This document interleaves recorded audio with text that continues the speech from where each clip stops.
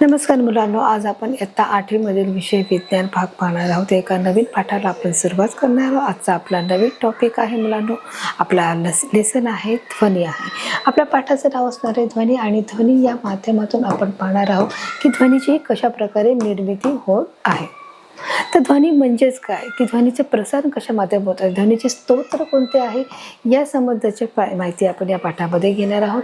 बघा इथे दिले आहे, या पाठात आपण ध्वनीची निर्मिती कशा प्रकारे होत आहे। ध्वनीची जी निर्मिती आहे मुलांना ही हवा, पाणी आणि स्थायी माध्यमाच्या माध्यमातून ही होत असते। मग त्यामध्ये त्याचे जे विशेष विश्लेषण आहे आपण स्पष्टीकरणाच्या माध्यमातून आणि चित्रीकरणाच्या माध्यमातून आपण अधिक समजून घेणार आहोत। इथे जो ध्वनी आहे, ध्वनी म्हणजे काय आहे मुलांना, आवाज आहे आणि त्याची जी माध्यम आहे ध्वनीच्या आवश्यकतेसाठी ध्वनीची माध्यमे होती हवा, पाणी आणि स्थायी पदार्थ आहेत। यांच्या माध्यमातून ध्वनी निर्माण होण्यासाठी हवेची देखील गरज असते। जर ध्वनी नसेलच, जर हवा नसेल तर ध्वनी निर्माण होऊ शकत नाही। जसं आपण पाहिलं की जे चंद्रावरती समजा हवा नाही आहे, चंद्रावर हवा नाही आहे, मग चंद्रावर जर दोन व्यक्ती जर एका जवळ उभे असले तरी ते एकमेकांशी काय बोलत आहे ते ऐकायला येणार नाही, ऐकू येणार नाही। कारण त्याच्या मागचं कारण काय आहे की चंद्रावरती हवा नाही आहे आणि म्हणूनच पृथ्वीवरती हवा आहे आणि त्याच्यामुळे आपल्या समोरील व्यक्ती आपल्याशी काय बोलत आहे आपल्या कानाच्या पडद्याला आपल्या स्पर्श होत जात आहे, त्याची कंपने कानावर पडतात आणि तो जो कंपने आहे ती मेंदूपर्यंत पोहोचून आपल्याला बोललेले गेलेले जे शब्द आहेत त्याचा आपल्याला क्लिअरिटी येत असते। आणि म्हणूनच आपण चित्रीकरणाच्या माध्यमातून आणि स्पष्टीकरणाच्या माध्यमातून आधी आपण जाणून घेणार आहोत। तिथे ध्वनीची निर्मिती म्हणजे प्रोडक्शन ऑफ साऊंड आहे। प्रोडक्शन ऑफ साऊंडमध्ये आपण की ध्वनीची निर्मिती कशा प्रकारे होत आहे।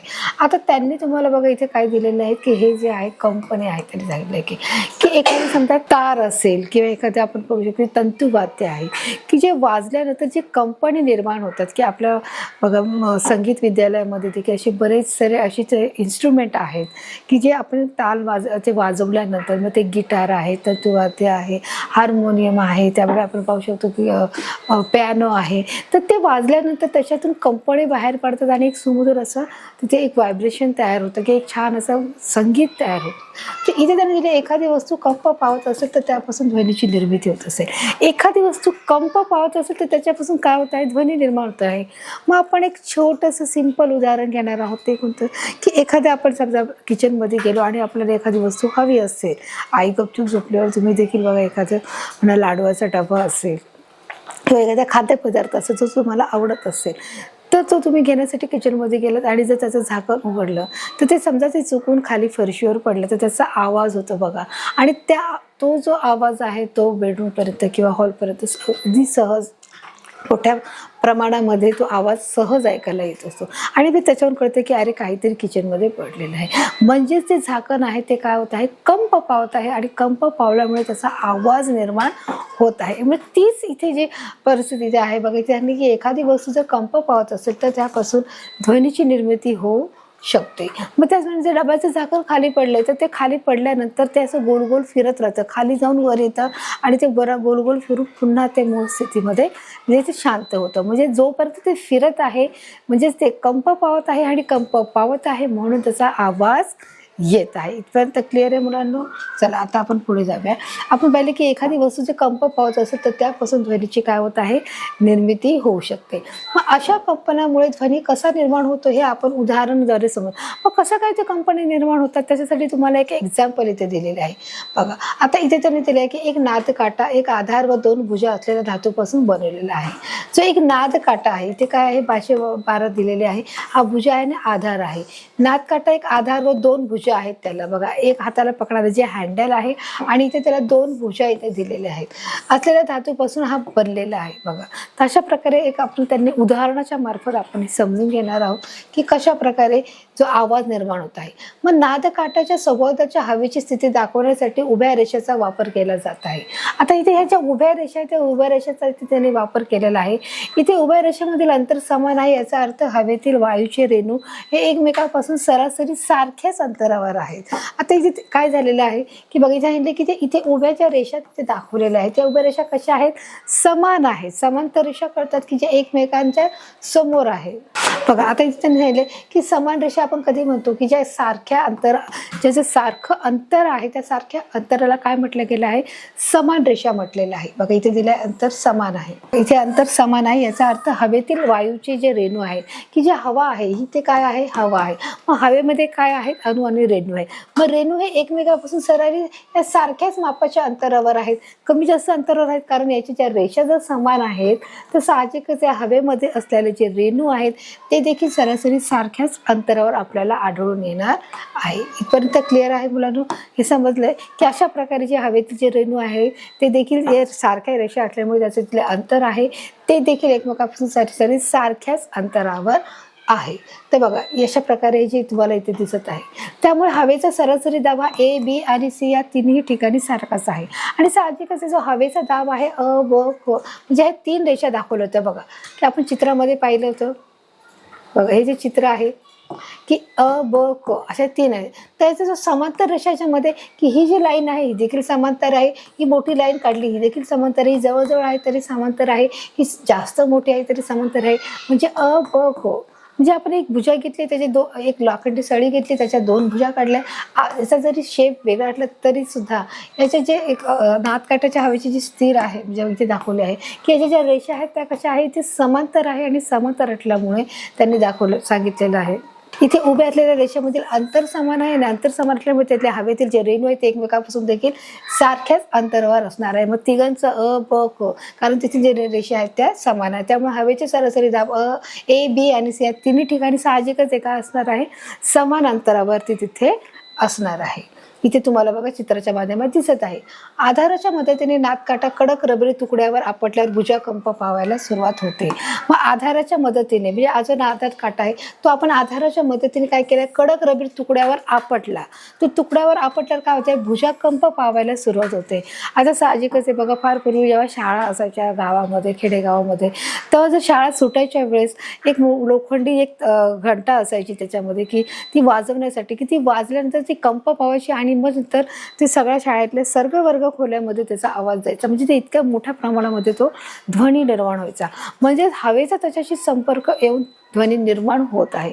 म्हणजेच काय की जो लोखंडी जो थाळी आहे आणि जो लोखंडी दांडा आहे तो एकमेकावरती जर आपटला, एकमेकाला जर तो आपटल्यानंतर त्याच्यातून ध्वनी निर्माण होत आहे आणि त्याचा हवेशी संपर्क येऊन ध्वनी निर्माण होत आहे. मग अशा प्रकारे मुलांनो की तो आवाज त्याप्रमाणे त्याचा लांब दूरपर्यंत तो आवाज जसा पोचला जायचा, तसंच इथे पण सांगितलं की आधाराच्या मदतीने नादकाटा हा कडक रबरी तुकडा, जो हा नादकाठा आहे, जो कडक रबरी तुकड्यावर आपटल्यावर भुजाकंप पावायला सुरुवात होते. म्हणजेच काय होते आणि त्याच्यातून ती ध्वनीची देखील निर्मिती होत आहे. म्हणजे त्यांच्या मागे पुढे अशी नियतकालिक म्हणजेच पिरियडिक हालचाल सुरू होत आहे. म्हणजेच काय होत आहे की इथे कंप पावत आहे, इथे मारल्यानंतर काय होत आहे, कंप पावत आहे, त्याची जी हालचाल ही मागे पुढे होत आहे आणि त्याच्यातून ध्वनी निर्माण होते. म्हणजेच ही कोणती गती आहे, नियतकालिक गती. आपण शिकलो आहोत गती आणि गतीचे प्रकार शिकले आहोत. गतीचे प्रकार म्हणजे एक रेषीय गती आणि नैक रेषीय गती. मग नैक रेषीय गतीमध्ये आपण शिकलेलो आहोत मुलांनो की वर्तुळाकार गती म्हणजे काय आहे, आंदोलित गती म्हणजे काय आहे, त्याचप्रमाणे यादृच्छिक गती म्हणजे काय आहे आणि ते नियतकालिक गती म्हणजे काय. मग इथे नियतकालिक गतीमध्ये काय आलं आहे की बरोबर की जो ठोका पडलेला जातो तो एका विशिष्ट बिंदूतून पडून पुन्हा त्याच ठिकाणी येतो, त्याला आपण काय म्हणत आहोत, नियतकालिक गती म्हणत आहोत. मग ही गतीचाच एक प्रकार आहे आणि अशा प्रकारे जो ठोका आहे त्या जो मागे पुढे होत आहे आणि त्यालाच आपण काय म्हणत आहोत, नियतकालिक म्हणजे पिरियडिक हालचाल असे आपण त्याला म्हणत आहोत. म्हणजे जो ठोका इथे पडून पुन्हा तो काय होत आहे, मागे पुढे होत आहे आणि पुन्हा तो आपल्या मूळ स्थितीत येत आहे. कंप पावताना नादकाठाच्या भुजा एकमेकांपासून दूर गेल्याने हवेतील भाग ए या ठिकाणी उच्च दाबाची स्थिती निर्माण होते. आता ते कंप पावताना म्हणजे ते व्हायब्रेट होताना नादकाठाच्या ज्या भुजा आहेत त्या एकमेकांपासून दूर गेल्या. जे नादकाठा आहे हा नादकाठाचे जे काटा आहे मुलांनो त्याच्या ज्या भुजा त्या एकमेकांपासून दूर गेल्या व हवेतील भाग ए या ठिकाणी, बघा इथे काय आहे, हवेतील या ठिकाणी ज्याचा उच्च रक्तदाबाची स्थिती ही निर्माण होत असते. बघा या ठिकाणी उच्च रक्तदाबाची स्थिती निर्माण झाली. उच्च दाब आणि उच्च घनतेच्या या भागाला स्पिंडन म्हणजेच काय, कंप्रेशन असे म्हटले जाते. बघा स्पिंडन कशाला म्हटले जात आहे, उच्च दाब व उच्च घनतेच्या या भागाला, उच्च दाब आणि उच्च घनताच्या या भागाला आपण काय म्हटले जात आहे, स्पिंडन म्हटले जात आहे. स्पिंडनची व्याख्या तुम्हाला विचारू शकतो की स्पिंडन म्हणजे काय तुम्ही सांगा, तर त्याप्रमाणे तुम्हाला सांगता आलं पाहिजे. कंपनाच्या पुढील स्थितीत नादकाठाच्या भुजा एकमेकांच्या जवळ आल्यास आकृतीमध्ये दाखवल्याप्रमाणे. आता जर हे एकमेकाच्या जर जवळ आले, आकृती त्यांनी दाखवलेलं आहे बघा.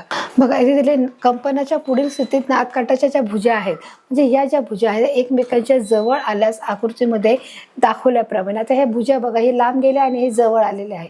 मग आकृतीमध्ये दाखवल्याप्रमाणे ही भुजा हे दोघांच्या जवळ आलेले आहेत. मग भुजा लगतच्या बाहेरील हवा म्हणजेच भाग ए मधील हवेचा दाब हा कमी होत आहे. मग दोन भुजा ह्या एकत्र जवळ आल्या की याचा जो ए मधला जो भाग आहे तो काय आहे, त्याचा दाब आहे तो कमी होत आहे. तर अशा प्रकारे तुम्हाला चित्रीकरणाच्या माध्यमातून आणि या प्रयोगाच्या माध्यमातून स्पष्ट केलेलं आहे. कमी दाब व कमी घनतेच्या भागाला विरलन असे म्हणतात. बघा आता त्यांनी दिलं इथे कमी दाब आणि कमी भाग असले, बघा कमी दाब व कमी घनता आहे त्या भागाला आपण काय म्हटलं आहे, विरलन म्हटलं आहे. तर तसंच आपण बघा इथे देखील पाहिलं की उच्च रक्तदाब आणि उच्च घनतेच्या या भागाला काय म्हणणार आहोत, स्पीडन म्हणणार आहोत. उच्च रक्तदाब आणि उच्च घनता त्याला आपण स्पीडन म्हणणार आहोत. तर इथे दिलेलं आहे कमी दाब व कमी घनतेच्या भागाला आपण काय म्हणणार आहोत, कमी दाब व कमी घनतेच्या भागाला विरलन, म्हणजे हा कमी दाब आणि कमी काय आहे, घनता आहे, त्यामुळे त्याला आपण विरलन म्हणणार आहोत. हे क्लिअर झालं आहे. परंतु याच वेळेला आधीच्या संपीडन स्थितीतील भाग 1 आपली ऊर्जा पुढील भागातील रेणूंना भाग 2 मध्ये दर्शवलेली आहे. बघा पण याच वेळेला आधीचे जे स्पीडन आहे त्याचे भाग 1 आणि 2 दर्शवले, त्यामुळे तेथील हवा ही स्पीडन स्थितीत जाते आणि त्यामुळे जी हवा आहे ती स्पीडन स्थितीमध्ये निर्माण होत आहे. अशा प्रकारच्या सतत अतिशय वेगाने होणाऱ्या नियतकालिक हालचालीमुळे हवेत स्पीडन व विरलन हे निर्माण होत असते. अशा प्रकारच्या ज्या सतत हालचालीमुळे की सतत अतिशय वेगाने होणाऱ्या या नियतकालिक म्हणजे काय आपण सांगितलं, गतीचे प्रकार. हा परत पाठ इथे आलेला आहे. म्हणजे बघा हर एक जो पाठ आहे, हर एक जो लेसन आहे, आपला जो पाठ आहे तो एकमेकांशी कशा प्रकारे निगडीत आहे. म्हणून जर आपण अगोदरचा पाठ नीट समजून घेतला तर आपल्याला पुढचा पाठ समजून घ्यायला काहीच अडचण येणार नाही. मग पुन्हा इथे बघा इथे गती आलेली आहे आणि ती आहे नियतकालिक गती. हालचालीमुळे हवेत स्पीडन व विरलन निर्माण होत आहे. बघा आता मग आपला नियतकालिक गती म्हणजे काय हे मी क्लिअर केलं आहे. स्पीडन म्हणजे काय आणि विरलन म्हणजे काय हे तिन्ही प्रकार मी तुम्हाला इथे स्पष्ट करून दाखवले आहेत. चला आता म्हणू की बघा यांची मालिका निर्माण होते व नाद काट्यापासून दूरपर्यंत पसरते. मी यांची मालिका निर्माण होते आणि दूर काट्यापर्यंत नाद काट्यापर्यंत दूरपर्यंत पसरत जाते. साहजिकच आहे की याच्यावर जर आपण नादकाट्याने जर ठोका धरला किंवा आपण त्याला याच्या नादकाट्याने त्याला मारलं जो भुजामुळे, तर त्यामुळे त्याची मालिका निर्माण होते. एक ध्वनी तरंग निर्माण होतात आणि ते नादकाट्यापासून ते दूरपर्यंत ते पोहोचले जातात. बघा तर अशा प्रकारे हा ध्वनी निर्माण होत असतो. तिथे बघा या चित्राच्या माध्यमातून तुम्ही सहज पाहू शकता. यालाच आपण ध्वनी तरंग म्हणजे साऊंड वेव्ह असे म्हणत आहोत. काय म्हणणार आहोत की याला ध्वनी तरंग असे म्हणणार आहोत, म्हणजे साऊंड वेव्ह आहे. हे ध्वनी तरंग कानावर पडल्यावर कानातील पडदा हा कंपित होतो. आता बघा इथे एक वेगळी गोष्ट होत आहे की ज्यावेळेस आपला ध्वनी तरंग निर्माण होतो त्यावेळेस हा ध्वनी तरंग कुठे पडतो, आपल्या कानावर पडतो. बरोबर की एखाद्या व्यक्ती जर आपल्याला बोलला तर त्याचे जे शब्द आहेत ते प्रथम आपल्या कुठे पडतात, कानावर पडतात. जर एखादी खायची वस्तू असेल तर ती आपण तोंडात घेतल्यावर साहजिकच कुठे पडणार आहे, ती आधी आपल्या तोंडामध्ये, म्हणजे सर्वात प्रथम टेस्ट कोण घेणार आहे, जीभ काय करणार आहे, टेस्ट घेणार आहे. ती तिखट आहे, कडू आहे, खारट आहे, तिखट आहे, तुरट आहे, आंबट आहे, तर त्याची टेस्ट प्रथम कोण घेणार आहे, जीभ घेणार आहे. मग त्याचप्रमाणे एखादा शब्द जर आपल्या कानावर पडला तर तो प्रथम कुठे जाणार आहे, दुसरीकडे जाणार आहे का, दुसऱ्या अवयवाकडे जाणार आहे का, नाकाकडे जाणार आहे का, तर नाही, तर तो कुठे जाणार आहे, आपल्या कानावर पडणार आहे. आणि म्हणून त्यांनी लिहिले की ध्वनी तरंग आहे कुठे पडणार आहे, बघा इथे दिलं आहे. बघा आता इथे त्यांनी दिलेलं आहे जे ध्वनी तरंग आहे ते कानावर पडल्यास कानातील जो पडदा आहे तो कंपित होतो. आपल्या कानामध्ये असलेला जो पडदा आहे तो काय होत आहे, कंपित होत आहे, म्हणजे तो देखील व्हायब्रेट होत आहे. त्याद्वारे विशिष्ट संदेश हा मेंदूपर्यंत पोहोचवला जातो आणि मग आपल्याला जाणीव होते. आणि त्या मेंदूद्वारे आपल्याला एक संदेश पोहोचवला जातो आणि त्याद्वारे आपल्याला जाणीव होते. मी सुरुवातीला सांगितलं की एखादी व्यक्ती जेव्हा आपल्याशी बोलते किंवा ती बोलत असताना त्याचे जे शब्द आहेत ते आपल्या कानापर्यंत पडतात. त्याच्या शब्दातून जे ध्वनी निर्माण होतात, त्याचे जे तरंग आहेत ते ध्वनी तरंग आपल्या कानावर पडतात आणि कानावर पडल्यानंतर तो पडदा काय होतो, कंपित होतो, म्हणजे तो व्हायब्रेट होतो आणि त्याद्वारे एक विशिष्ट संदेश हा कुणाला पोहोचवला जातो, आपल्या मेंदूपर्यंत पोहोचला जातो आणि मग आपल्याला तो मेसेज कळतो, ती जाणीव निर्माण होते की बोलले गेलेले शब्द काय आहेत, हा एक शब्द आपल्याला ॲक्युरेट समजण्यात येत असतो.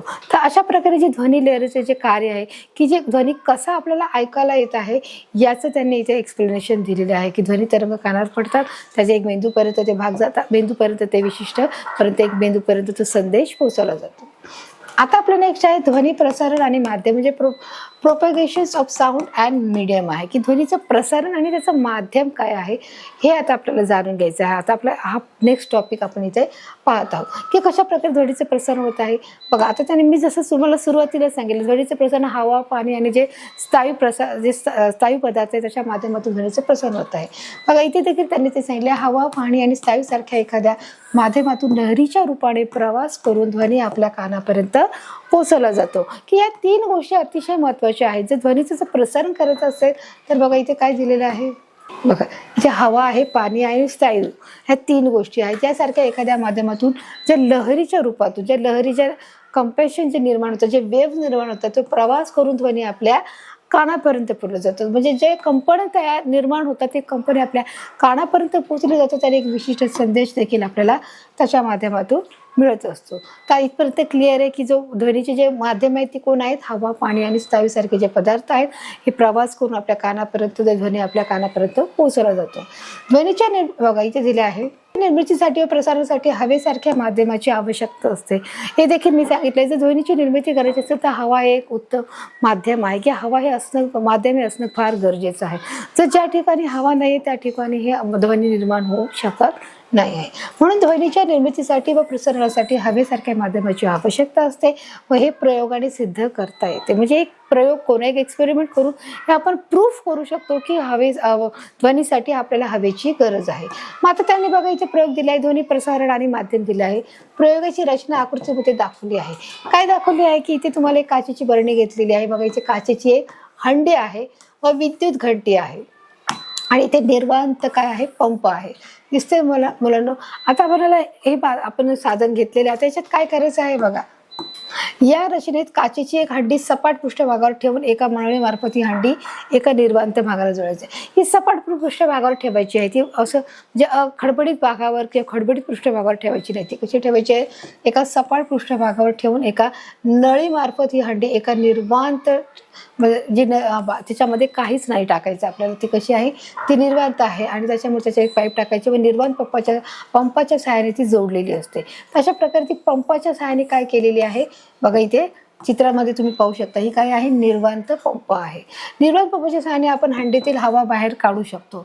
आता हा जो निर्वात पंप आहे म्हणजे याच्यामध्ये काय पोकळी, याच्यामध्ये काही नाही आहे, मग याच्यातून आपण हवा बाहेर काढू शकतो. म्हणून सांगितले निर्वात पंपाच्या सहाय्याने आपण हंडीतील, म्हणजे या हंडीमधील असलेली जी हवा आहे ती बाहेर काढू शकतो. कसं आहे की आपण परिपूर्ण ती हवा बाहेर काढू शकत आहे. याच्या मदतीतून हवा काय होणार आहे, बाहेर जाणार आहे. हंडीमध्ये एक विद्युत घंटी असून तिची जोडणी हंडीच्या झाकणाद्वारे केलेली असते. आता हंडीची जोडणी कशी आहे, एक विद्युत घंटी इथे बसवलेली. इथे काय आहे, एक विद्युत घंटी दिसत आहे बघा. मग इथे काय आहे, विद्युत घंटी आहे, ही काचेची हंडी आहे व तिची जोडणी हंडीच्या झाकणाद्वारे, आणि तिची जी जोडणी आहे, एक विद्युत घंटी घेऊन तिची जोडणी म्हणजे तिला जॉईंट केलं आहे, ते झाकण तिथे त्याला जॉईंट करून लावलेलं आहे. तर झाकणाद्वारे ती केलेली आहे. विद्युत घंटीला जोडून ती झाकणाला देखील ती जॉईंट केली आहे. अशा प्रकारे बघा ते चित्र दिसत आहे. समजण्यास अगदी सोपं आहे, काहीही कठीण नाही आहे. चित्रात तुम्हाला दिसत आहे आणि तुम्हाला समजलं असेल. आता प्रयोग काय करायचा आहे. प्रयोगाच्या सुरुवातीला निर्वात पंप बंद असताना काचेच्या हंडीत हवा असल्याने विद्युत घंटीची कळ दाबली असता. आता बघा इथे त्यांनी काय प्रयोग सांगितला आहे. तर बघा, आता इथे जो प्रयोग आहे त्या प्रयोगाच्या सुरुवातीला निर्वात पंप हा बंद असताना, हा जो निर्वात पंप आहे तो काय आहे, बंद आहे. इथे दिलेला आहे जो निर्वात पंप तो काय केला आहे, बंद असताना काचेच्या हंडीत हवा असल्याने, मग काचेच्या हंडीमध्ये काय आहे, हवा आहे. जसं बघा विज्ञान सांगतं रिकाम्या भांड्यातही हवा असते. जरी आपल्याला भांडं रिकामं वाटलं परंतु रिकाम्या भांड्यामध्ये देखील हवा असते.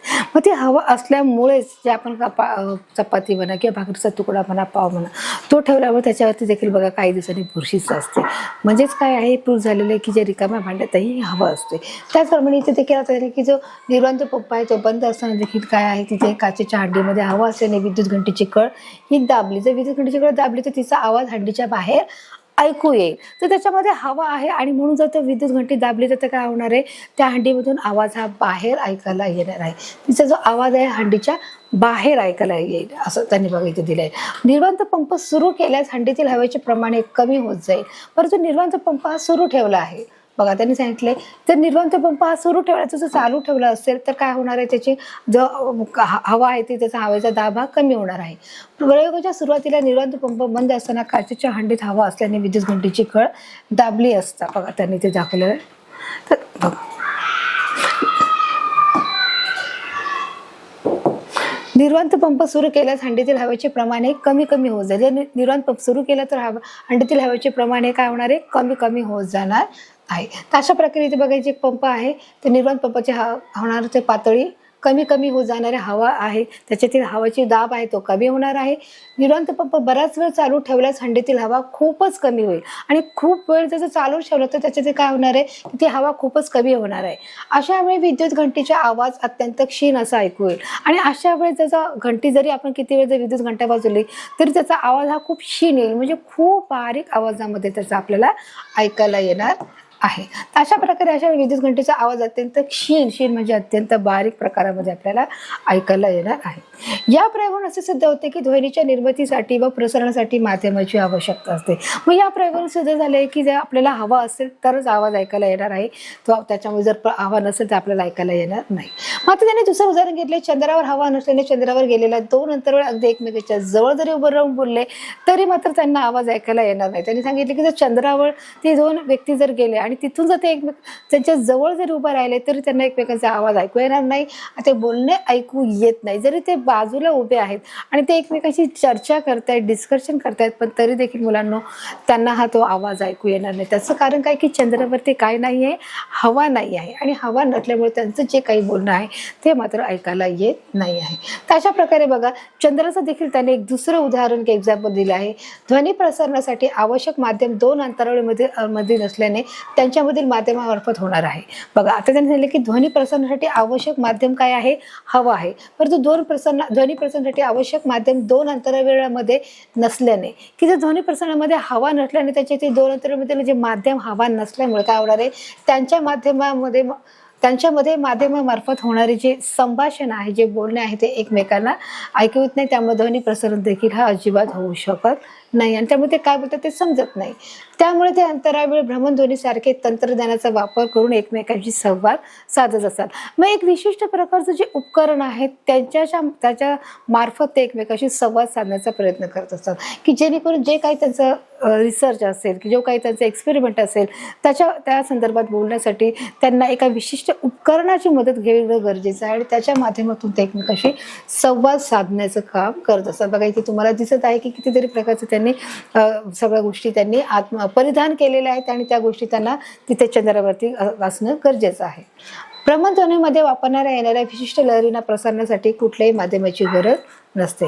आता भ्रमणध्वनीमध्ये वापरण्यात येणाऱ्या ज्या विशिष्ट ज्या लहरी आहेत ज्या भ्रमणध्वनी म्हणजेच काय की जे फिरणारे आहेत. भ्रमण म्हणजेच काय की जे फिरत राहणार आहे. आपण म्हणतो ना भ्रमणध्वनी आत्ताच्या भाषेमध्ये आपलं आहे तो कोण आहे मुलांना, जो मोबाईल आहे की आपण त्याला कुठेही घेऊन फिरू शकतो. म्हणजे त्याला मराठीत काय बोललं आहे, भ्रमणध्वनी बोलला आहे. मग भ्रमणध्वनीमध्ये वापरण्यात येणाऱ्या ज्या विशिष्ट लहरी जे प्रसारण आहे जे भ्रमणध्वनीद्वारे असलेला त्याला कुठल्याही माध्यमाची बिलकुल आवश्यकता नसते. ते कुठेही आपण त्याला वापरू शकतो. कुठलीही वस्तू हवेत कंप पावल्यास हवेत ध्वनी तरंग निर्माण होऊन विरलन स्फोटन मिळून तरंगाचे एक आवर्तन होते, म्हणजे सायकल तयार होते. आता त्याने सांगितले की कुठलीही जी वस्तू आहे ती हवेत काय पावते, कंप पावते, म्हणजे ती व्हायब्रेशन होते व पावते व ध्वनी तरंग निर्माण होऊन विरलन स्पिंडल मिळून तरंगाचे एक आवर्तन म्हणजेच काय होत आहे मुलांना की एक सायकल तिथे तयार होत आहे किंवा एक सायकल निर्माण होत असते. एका सेकंदात नादकाठाच्या भुजा जितक्या वेळा मागे पुढे होतील तितके आवर्तने एका सेकंदात हवेत तयार होतात. आता एका सेकंदामध्ये हे जो काटे किती वेळा मागे पुढे होतात तितकेच वेळा त्याचे आवर्तन देखील एका सेकंदामध्ये हवेमध्ये मिसळली जातात. बघा अशा प्रकारे जे एकमेकांच्या जे भुजा आहेत त्या हवेमध्ये कंपन निर्माण होतात. एका सेकंदात हवेत निर्माण होणाऱ्या एकूण आवर्तनाची संख्या म्हणजेच आता एका सेकंदात होणाऱ्या आवर्ती संख्या म्हणजे त्या ध्वनी तरंगाची वारंवारता आहे. वारंवारता म्हणजे काय, एका सेकंदात जेवढे आवर्तने निर्माण होत आहेत एका सेकंदामध्ये जेवढे ध्वनी निर्माण होते त्या ध्वनीचे त्यालाच काय म्हणणार, त्या ध्वनी तरंगाची वारंवारता म्हणजेच काय फ्रिक्वेन्सी असे आपण त्याला म्हणणार आहोत. बघा वारंवारता हर्ट्स म्हणजे HZ या एककात मोजली जाते. वारंवारता कोणत्या प्रकारात मोजली जाते, हर्ट्स म्हणजे HS मध्ये मोजली जाते. बघा इथे दिले आहे वाढलेला दाब, स्पिंडन, कमी झालेले दाब, विरलन आणि स्पिंडन मिळून एक आवर्तन व ध्वनीशी संबंधित हवेच्या रेणूची गती व ध्वनीचे हे प्रसरण आहे. बघा अशा प्रकारे ते दिले आहे. जर एका सेकंदात एक कंपन झाले तर त्या कंपनाची वारंवारता 1 एवढी असते. बघा ते त्यांनी दिले की जर एका सेकंदामध्ये एक कंपन झालं तर त्या कंपनाची वारंवारता किती आहे, 1 हर्ट्ज एवढी आहे. एखादा नादकाठा किती वारंवारतेने कंप पावेल हे त्याच्या भुजेचा आकार म्हणून अवलंबून आहे बघा. एखाद्या नादकाठीचा किती वारंवारता त्याच्या भुजकाठाच्या आकारावर अवलंबून आहे. त्यामुळे त्यापासून एखादा नादकाठा किती वारंवार त्याने कंप पावला त्याच्या भुजेचा आकार आणि त्याच्यावरती अवलंबून आहे मुलांना, की तो नादकाठा कोणत्या धातूपासून बनला आहे त्यावर ते अवलंबून असते, की तो कोणत्या धातूपासून बनला आहे त्याच्यावर डिपेंड आहे. कुठलीही वस्तू हवेत कंप पावलेच हवेत ध्वनी तरंग निर्माण होऊन विरळ स्पंदन निर्माण होत असते. एखादा नादकाठा किती वारंवारतेने कंप पावेल हे त्याच्या आकारावर असते, परंतु तो नादकाठा कोणत्या धातूपासून बनलेला आहे हे यावर अवलंबून असते. तो कोणत्या धातूपासून बनला आहे हे त्याच्यावर डिपेंड आहे. काचेचे 6-7 ग्लास घेऊन ते ओळीने मांडून त्यामध्ये क्रमाक्रमाने वाढत्या पाळीचे पाणी भरून घ्या. आता बघा त्याने काय केलं, वाढत्या पातळीचे म्हणजे आधी कमी मग जास्त मग जास्त मग अशा प्रकारे कमीपासून ते जास्तपर्यंत असे प्रत्येक वाटीमध्ये इथे त्यांनी बघा पाणी भरून घेतलेले आहे. हा प्रयोग तुम्ही देखील घरी करून बघायचा आहे, की 6 ते 7 ग्लास घ्यायचे आहेत किंवा बाउल घ्यायचा आहे आणि अगदी थोडं कमी 2 चमचे पाणी, मग 4 चमचे, मग 8 चमचे, मग अशा प्रकारे पाण्याचं प्रमाण ते वाढवायचं आहे आणि अशा प्रकारचे समोर तुम्हाला इथे ठेवायचे आहे. पुढे काय करायचं, एक पेन्सिल घेऊन त्याच्याद्वारे क्रमाक्रमाने आघात केल्याने प्रत्येक ग्लासमधून निर्माण होणारा ध्वनी वेगवेगळा असतो. मग तुम्हाला काय करायचं आहे, की एक पेन्सिल घ्यायची आहे बघा अशा प्रकारे आणि ती पेन्सिल प्रत्येक बाउलमध्ये ती टॅप करत जायची आहे. म्हणजे त्याला काय करायचं आहे, आघात करायचा आहे, की जे सगळ्यात कमी पाणी घेतले तिथपासून ते शेवटपर्यंत प्रत्येक त्यात बाउलवरती तुम्हाला टॅप करायचं आहे आणि प्रत्येक बाउलमध्ये निघणारा जो आवाज आहे तो साहजिकच आहे मुलांनो वेगळ्या प्रकारचा आवाज असतो. कोणताही आवाज हा तुम्हाला एकसारखाही तिथे दिसणार नाही आहे आणि हा जो प्रयोग आहे तो प्रयोग नक्की करून बघायचा आहे. तर बघा अशा प्रकारे बघा त्यांनी की ग्लासमधून निर्माण होतो ध्वनी आहे तो वेगळा असतो. मग जसं इथे त्यांनी दिलं आहे तसंच बघा हे आकाराने केलं आहे आणि त्याच्यावर तुम्हाला काय करायचं आहे, टॅप करत जायचं आहे. बघा अशा प्रकारे तुम्ही ते टॅप करणार आहात आणि तो आवाज कसा येतो हे सांगायचं आहे. प्रत्येक ग्लासवर आघात केल्यावर त्यात असलेल्या हवेच्या स्तंभात तरंग निर्माण होतात आणि जर तुम्ही प्रत्येक ग्लासवरती किंवा प्रत्येक बाउलवरती तुम्ही असा आघात केला तर त्यात असलेल्या हवेच्या स्तंभामध्ये काय होणार आहे, तरंग निर्माण होते. हवेच्या स्तंभामध्ये तरंग निर्माण होऊन त्याच्यामधून हा ध्वनी निर्माण होणार आणि तो एक विशिष्ट प्रकारचा आवाज देखील तुम्हाला तिथे एक विशिष्ट प्रकारचा आवाज तुम्हाला या प्रत्येक टॅपवरती तुम्ही इथे वाजवलं की तुम्हाला काय होणार आहे, आवाज येणार आहे.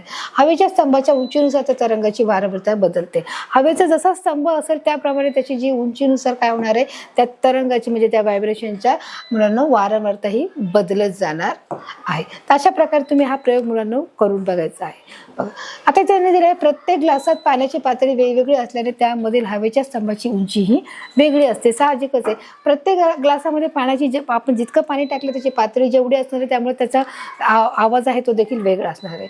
त्यामुळे तो ग्लास कंप पावल्यावर निर्माण होणाऱ्या ध्वनीची वारंवारता देखील कशी असणार आहे, साहजिकच विशिष्ट असणार आहे. प्रत्येक ग्लासची जी वारंवारता आहे ती विशिष्ट असणार आहे. त्यामुळे त्यापासून निर्माण होणारा ध्वनी ही कसा असणार आहे, ऑब्व्हियसली तो वेगळाच असणार आहे. ध्वनीची वारंवारता मोजणारे ॲप हे ध्वनी प्रमाणद्वारे उपलब्ध होऊ शकते व त्याचा वापर करून बघा.